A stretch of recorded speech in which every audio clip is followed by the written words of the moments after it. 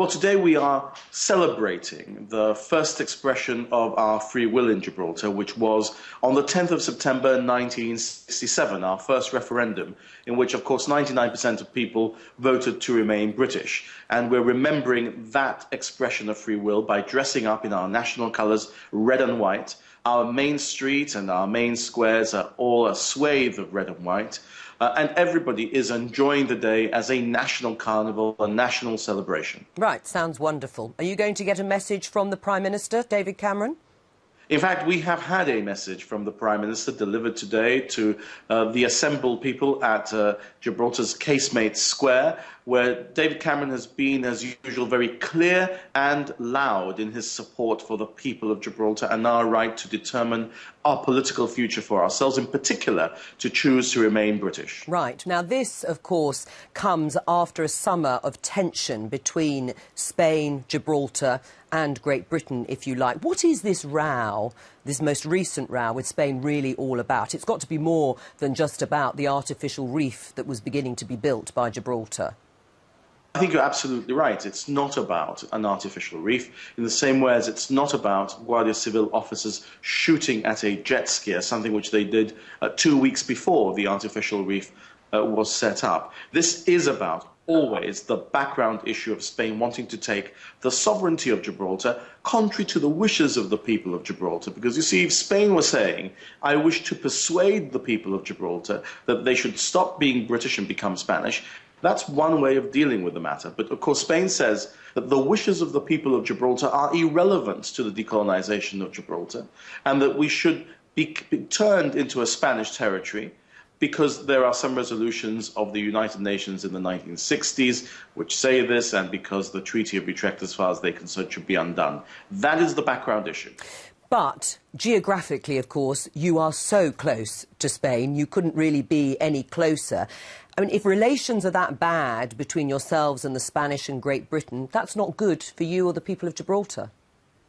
We don't wish there to be bad relations between Gibraltar and Spain. In fact, we wish that we could boast of a great relationship with Spain. You see, our most important relationship in the world is the relationship with the United Kingdom. But the second most important relationship for us are the relationships with Spain and Morocco, our immediate neighbours. And we work very hard to try and make those very good relationships indeed. We have a fluid communication with the municipality of La Linea. But you see, unfortunately, the Spanish government does not want to engage in direct contact with the government of Gibraltar in the trilateral forum that had been set up for that purpose. Hopefully, the formula that William Hague has proposed, and I've supported, of ad hoc talks, may now lead us to be able to rekindle some contact with the central government in Madrid in a way that can restart normal relations. You've described Spain as acting like North Korea over the recent tensions. That's not going to help, is it? That's only going to escalate the tension.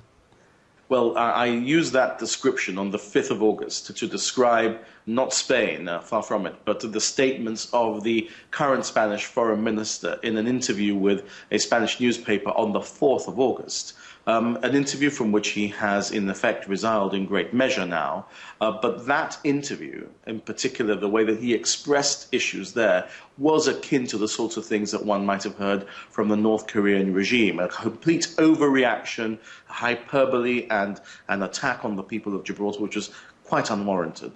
Are you entirely blameless, though, in the sort of tensions that have built up in recent weeks?